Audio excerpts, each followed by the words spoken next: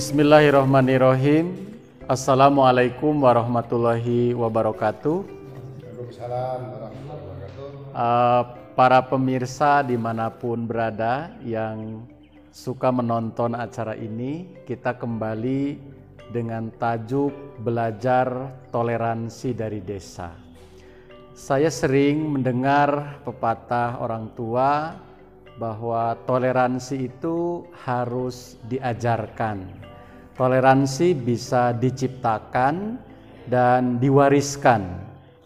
Bersama kita telah hadir narasumber yang cukup kredibel karena beliau adalah pernah menjadi kepala desa gitu Pak ya, di Desa Sedaeng ini selama 2 periode dan bisa kemudian menularkan, mengajarkan, mewariskan sikap-sikap toleransi yang ada dalam budaya, dalam ajaran agama masing-masing untuk mewujudkan kehidupan masyarakat yang aman dan damai. Mari kita terlebih dahulu berkenalan dengan narasumber kita. Selamat sore Pak. Sore. Bapak namanya siapa Pak? Pak Sukarji. Pak Sukarji. Ketika menjadi kepala desa di sini tahun berapa Pak? Tahun 2007-2019, 2 periode. 2 periode berarti sekitar berapa tahun? Ya, kurang 12. lebih. Ya 12. 6 kali 2 kan? Iya, tambah meje 1 tahun, jadi 13 tahun kurang lebihnya. Ya. Luar biasa Pak. Iya, ya. Nun sewu, Bapak kelahiran sini nggih? Asli kelahiran desa ini, saya lahir pada tahun 1965. 165. Ya, 020465. Berarti sekarang umurnya kurang lebih ya 57. 57. Ya, 57 tahun. Tua sudah ya. Sudah 10 tahun lebih sepuh dari saya Pak. Iya. Ini kita kembali ke tajuk pembicaraan kita Pak ya, tentang belajar toleransi dari desa ini Pak. Saya ingin mengetahui Bapak, di sini ada penganut agama apa saja Pak? Khususnya di desa Sedaeng ini aja. Umumnya di desa di Kecamatan Tosari, khusus di Desa Sedaeng ini ada tiga agama yang ada di desa ini. Jadi yang satu agama Hindu Dharma, yang kedua agama Islam, yang ketiga agama Kristen. Itu, dan semuanya itu sudah ada tempat ibadah masing-masing. Pada saat saya menjabat itu semuanya kita tempatkan tempat ibadah masing-masing agar supaya tidak ada bagaimanalah tempat ibadah itu supaya si A ini harus ke sini, si B harus sini biar tempatnya ada, jadi enak untuk melaksanakan secara ibadah gitu. Gini Pak, pengalaman Bapak selama kurang lebih 13 tahun. Iya. Kira-kira Bapak melihat itu modal apa yang dimiliki ketiga kelompok ini kok bisa hidup rukun gitu Pak? Sebenarnya modalnya itu simple dan gampang. Kita sering mengumpulkan orang-orang ya, pada saat saya sebagai sesepuh di desa, pada saat rapat-rapat desa itu kita jabarkan dulu. Saya tidak memilih siapa saja, tetapi harus dipilah dan dipilih. Kenapa dipilah harus dipilih?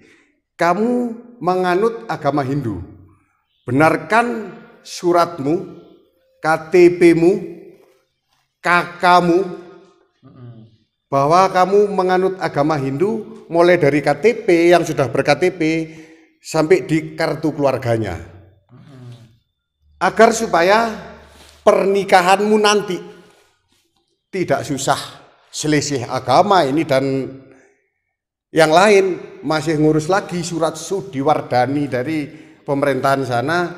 Akhirnya kita buka seperti itu. Bagaimana dengan agama Islam juga seperti itu. kamu harus urut suratnya ke desa bahwa KTP-mu agamanya Islam, di KK-mu juga agamanya Islam. Begitu juga Kristen, karena tidak dibutuhkan pada saat kita masih sehat dan hidup saja. Pada saat mati, nanti yang ngurus itu semuanya manusia, tetapi kan ada orang-orangnya sendiri. Kalau orang Hindu yang mati, jangan sampai kamu itu datang ke Pak Ustadz suruh ngurusi kematian itu. Dan sebaliknya orang Kristen juga seperti itu. Biar orang-orang Kristen yang ditugas, karena orang Hindu juga tidak tahu bahasa mantranya untuk memasrahkan ke buminya itu bagaimana, tidak tahu gitu. Itu modal awal pada saat saya menjadi sesepuh.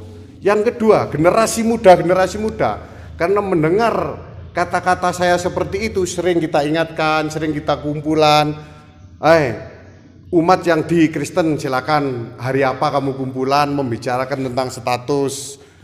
Di Hindu juga seperti itu, di Islam juga seperti itu. Urusan agama tempatnya sudah ada masing-masing. Tapi urusan namanya umum kerja bakti di Desa Sedaeng, kerja bakti loh ya, bukan agama. Itu ndak ada bedanya. Mana Islam, mana Hindu, mana Kristen, itu tidak ada. Kita harus bersatu. Kalau di Islam, di sekitaran masjid situ kotor atau rumputnya terlalu banyak, ngomong saja sama desa. Di sekitaran gereja perlu kerja bakti, ngomong sama desa. Jadi dikerja baktikan, namanya masyarakat. Masyarakat itu tidak memilih agama, harus kerja. Oh saya orang Islam dan Kristen, saya tidak mau kerja di pura. Itu tidak boleh saya. Karena kerja bakti ini merupakan umum, dan kerja bakti itu kan indah, bersih, membersihkan. Mungkin ada rumput-rumput apa di sekitaran tempat ibadah gitu. Jadi kerukunan kita ambil di situ, dan di situ tokoh-tokohnya harus bersatu dengan kita. Jangan sampai menjelekkan agama yang ini, agama yang ini, agama yang ini. Jangan sampai. Yang penting kita rukun. Kita rukun. Nah, kapan hari juga Pak Camat baru di sini juga ada solusi-solusi juga. Akhirnya di Kecamatan Tosari itu sampai dinamakan Kecamatan Bhinneka Tunggal Ika. Itu diresmikan sudah. Mana ada? Mohon maaf Pak, mohon maaf Ya. saya memotong ini. Iya. Kalau boleh saya simpulkan dari Siap. penjelasan Bapak, pertama menertibkan administrasi. Kependudukan, sehingga hal itu berimplikasi kepada penertiban dari masalah-masalah sosial lainnya seperti kematian dan pernikahan. Iya. Yang kedua tadi memberi ruang-ruang yang tepat bagi kebersamaan masyarakat. Ya. Masalahnya beberapa waktu yang lalu publik kita digegerkan dengan satu peristiwa seseorang menendang sesaji di Ya. Semeru itu. Betul. Apakah di sini ada kejadian serupa, Pak? Tidak ada. Tidak ada. Kalau di sini tidak ada karena sudah paham. Ya. Karena itu menyangkut kepada agama juga. Kalau agama saya, agama Hindu, setiap tempat-tempat persembahan dan apa saja yang dimaksud itu pasti ada sesajinya. Tetapi kalau di agama Islam mestinya juga seperti itu, tapi saya kan tidak tahu caranya bagaimana. Terus di Kristen mestinya juga seperti itu, tapi caranya bagaimana tidak tahu, tujuannya kan sama. Jadi semuanya orang itu sudah tahu. Kita mengimbaukan kepada anak muda, kepada masyarakat pada saat ada pertemuan-pertemuan secara agama maupun secara gotong royong, itu kita sampaikan keamanan-keamanan itu. Kamu jangan mengganggu ini, karena ini haknya dia. Kalau kamu dimintai bantuan untuk membantu, kamu kan hanya membantu. Itu berlaku ke semuanya, ketiga agama di sini, gitu. Terus di ketiga agama ini karena sudah ada tempatnya, ada wadahnya. Kalau memang ada yang dibutuhkan dari desa umumnya, apa saja, tidak akan dibedakan. Misalnya, Pak saya butuh air, kok airnya ngalir di pura saja, di masjid kok tidak ada, di apa itu namanya gereja kok tidak ada, itu tidak ada. Jadi kita berikan yang sepadanya. Jadi sesama kita berikan sesuai kebutuhan beliau.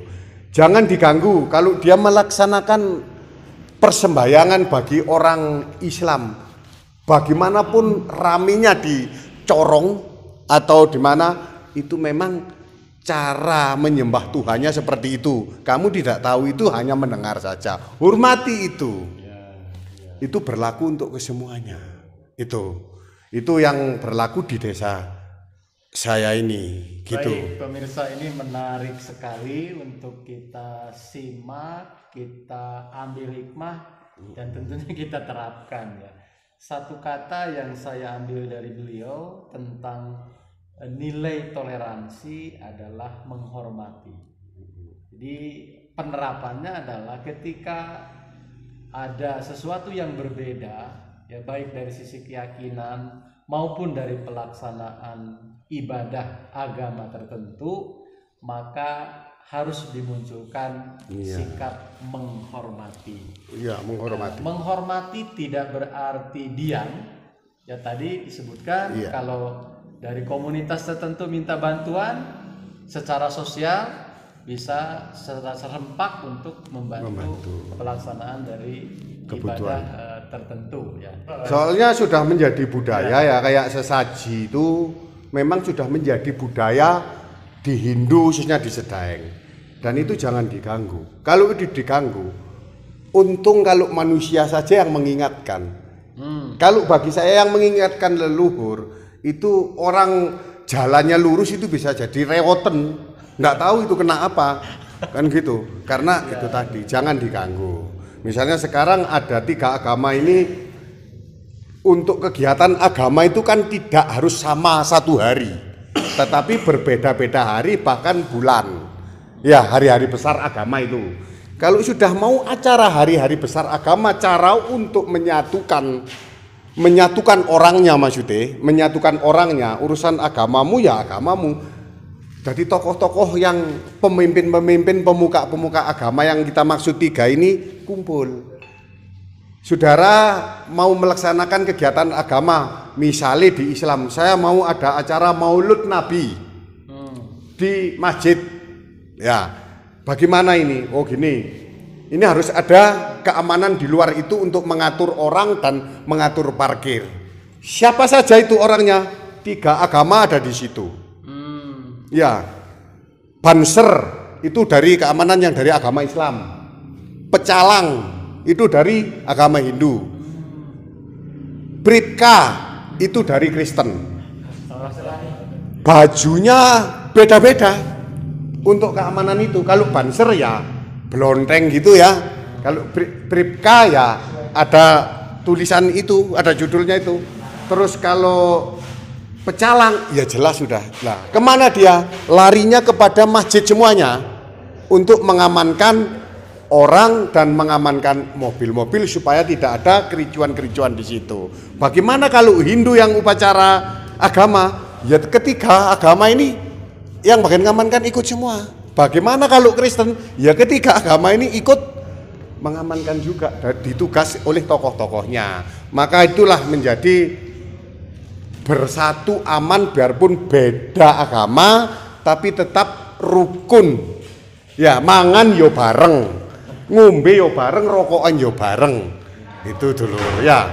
Ya, gini Pak. Ya. Berarti di samping manusia itu perlu memenuhi apa yang menjadi keinginannya dalam soal keyakinan. Iya. Ada kebutuhan yang bersifat umum. Umum. Ya? Aman, damai, kerjasama. Itu kan yang bersifat umum.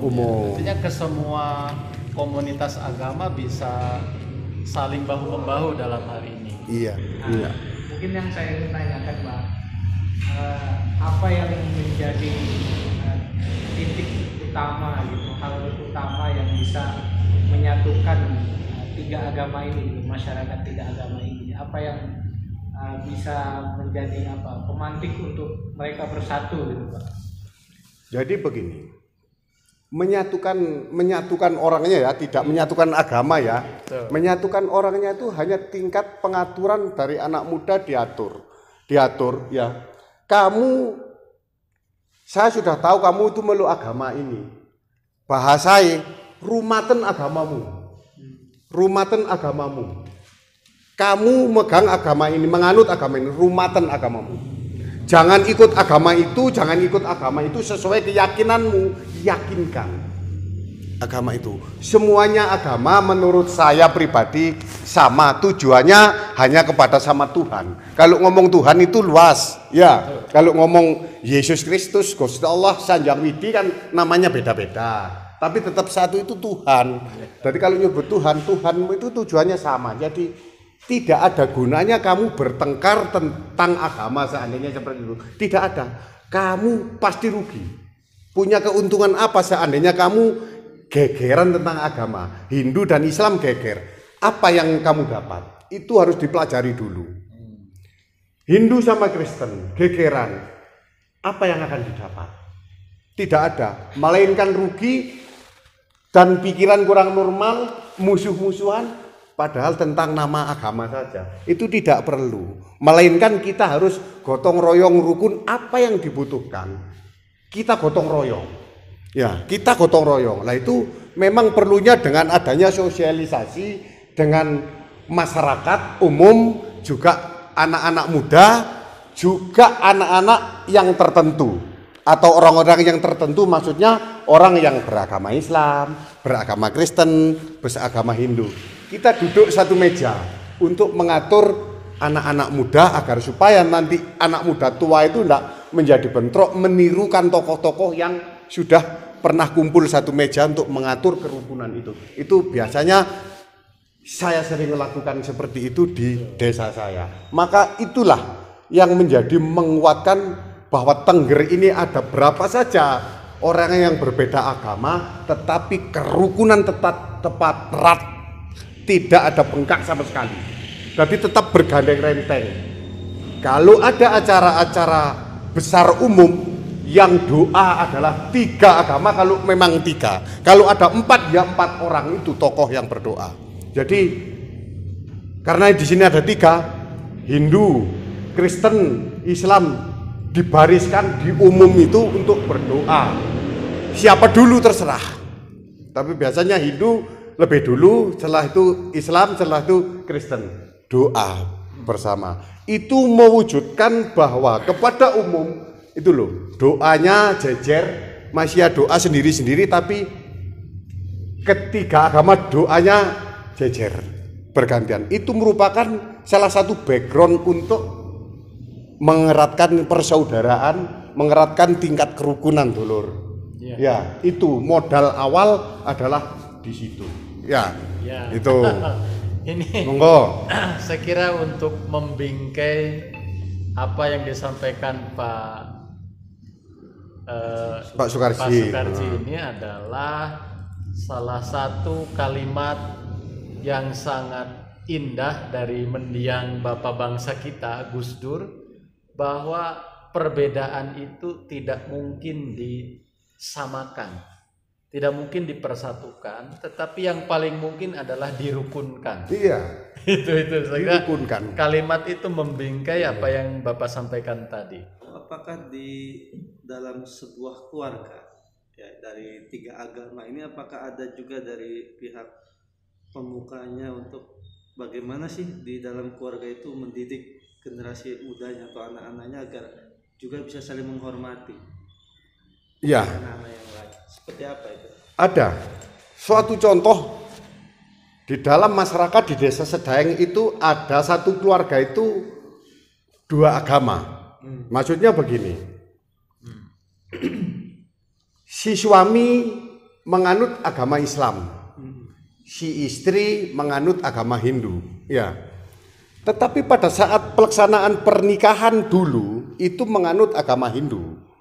Ya, setelah itu dia kepinginnya ingin menganut agama Islam, ya silakan saja. Tidak dibatasi, tidak ada yang tidak boleh. Ya, silakan saja. Kalau itu memang yang diyakini oleh orang itu, ya monggo, tidak ada apa-apa. Tetapi di dalam keluarga itu membinanya tetap seperti di dalam keluarga saya sendiri, tapi sudah pisah ya. Itu yang saya contohkan, bukan nyontohkan orang lain. ada di dalam adik saya. Adik saya itu keluaran dari pondok. Aslinya juga lahir di Sedaeng. Setelah melahirkan saya, ibu melahirkan adik saya. Terus dia mondok menginginkan keyakinannya itu agama Islam. Tapi setelah nikah kepada orang Hindu. Ya diwardaninya Hindu, suratnya Hindu. Tetapi dalam pelaksanaan sehari-hari untuk melaksanakan ibadah, si suami ini ke masjid, istri ini ke pura. Ya, bagaimana dengan anak yang diikut siapa? Itu sama-sama dibina. Agama jangan dipermasalahkan, Nduk, bahasanya Jawa ya. Yang penting kamu taat ibadah mana yang kamu cocok. Mana yang dianggap kamu itu tepat pada pikiranmu, silakan. Ibadah harus memang entah di mana saja, itu tidak menunjukkan dia. Kan gitu. Yang penting kamu harus rukun kepada tetangga atau saudara-saudara, jangan gegeran tentang agama. Biarpun bapak ini ibadahnya di Islam, terus ibu ini ibadahnya di pura. Kamu mau ikut ibadahnya bapak, monggo. Mau ikut ibadahnya ibu, monggo. Yang penting jangan gegeran, jangan buat keriduan di dalam keluarga tentang agama. Itu sudah bina seperti itu. Padahal di situ di dalam keluarga loh. Jadi ndak eker-ekeran, kamu ikut saya saja ibadahnya. Nduk, kamu ikut saya. Terus ibunya ini bagaimana? Itu ndak ada. Diberikan keluasan, tetap keluasan agar supaya ndak ada pikiran, yo bapak mengajak saya ini, ibu mengajak saya ini, kan bingung anaknya. Terserah anaknya mau ikut yang mana. Dan tokoh-tokoh pemuka agama hanya memberikan pesan biasanya gitu. Kamu masih kecil ya, ingat pesan saya, pesannya Pak Ustadz, pesannya Pak Pendeta, ya pesannya Pak Pemangku agama Hindu. Ingat ya, jangan capek berbuat baik kepada orang lain. Capek-capeklah berbuat buruk kepada orang lain, kamu masih kecil sampai besok tua. Ingat itu. Itu ketika orang gini berbicara seperti itu, tadi saling mendukung. Lah maka bahasai peseni wong tuwa iku ojo dilalekne le. Ya, maka pesan iku menambah keselamatanmu mau jalan kemana saja. Apakah dari pihak desa ini atau dari pihak keluarga ada kejadian yang mungkin ramai, heboh, kemudian menekan supaya saudaranya janganlah pindah agama itu? Gimana caranya supaya tidak terjadi ada efek ya, efek apakah boikot, perlakuan diskriminasi dari keluarganya, supaya menghalang-halangi dia pindah agama, atau dari pihak desanya cara apa ya memanage itu supaya tidak terjadi efek konflik gitu ya. Itu begini, dari agama Hindu suatu contoh ya. Tadinya agama Hindu semuanya, terus tiba-tiba setelah tambah bulan dan tahun, anak mulai besar-besar, mungkin mendengar apa gitu ya, mendengar suara-suara apa, lalu pindah ke Islam gitu. Itu simpel saja, biasanya orang sini tidak ada viral yang menjadi menghebohkan di dalam keluarga. Kamu sudah yakin mau pindah? Apa sih bedanya? Kamu sudah ibadah di Islam, sekarang milih ke Hindu, apa bedanya? Kan gitu. Biasanya dijawab, bedanya tidak ada, karena kita semuanya juga menyembah Tuhan. Cuma saya ingin ikut ini. Sudah yakin? Sudah. Ya kalau sudah yakin, buktikan saja. Keluarga, buktikan saja. Kalau sudah dibuktikan, berarti kan ibadahnya harus ganti pakaian. Ya, biasanya nek sarung sudah biasa, banyak miliknya orang sini. Ya pakai kopiah gini, atau nanti pakai sarungan apa bahasa bebetan, bahasa orang sini malih pakai kampuh kayak lancuran itu dan pakai udeng. Berarti menunjukkan oh kamu sudah yakin di situ. Kalau kamu sudah yakin dan sudah pernah menjalani itu, belajar kepada Pak Mangku, robah statusnya. Artinya diberi kebebasan. Bebas, tidak ada yang dilarang. Tidak dihalangi. Tidak dihalangi. Baik, karena kaitan dengan durasi kita akan akhiri dulu ya. Tapi ingin saya menggarisbawahi tentang pendidikan toleransi itu ada 3 tahapan gitu ya. Yang pertama dari pemahaman secara teoritik gitu, secara teori dulu. Karena masing-masing agama juga tadi kalau saya ambil kesimpulan ada ajaran untuk menghormati pemeluk agama lain. Misalnya di Islam lakum dinukum waliyadin. Seperti juga di agama-agama yang lain pasti ada hal yang mengajarkan ke arah sana. Yang kedua adalah proses internalisasi. Dari yang dia pahami tentang sebuah teori menghormati orang lain, teori tentang toleransi, maka dipahami, diinternalisasikan ke dalam dirinya. Dan tahapan ketiga adalah praktek secara praktis. Nah tadi ini sudah memberikan banyak dari sisi teori maupun secara praktek praktis di masyarakat adalah seperti tadi. Saya teringat untuk menutup perjumpaan kita satu kalimat dari Gus Mus yang kita kenal juga. Beliau adalah tokoh berkaliber nasional juga. Beliau mengatakan bahwa orang yang berbeda keyakinan tidak akan bisa merobohkan agamamu. Yang merobohkan agamamu adalah perilakumu yang tidak sesuai dengan ajaran agamamu. Bahwa memperbaiki tindak tanduk kita sesuai dengan ajaran agama yang kita yakini adalah kewajiban kita.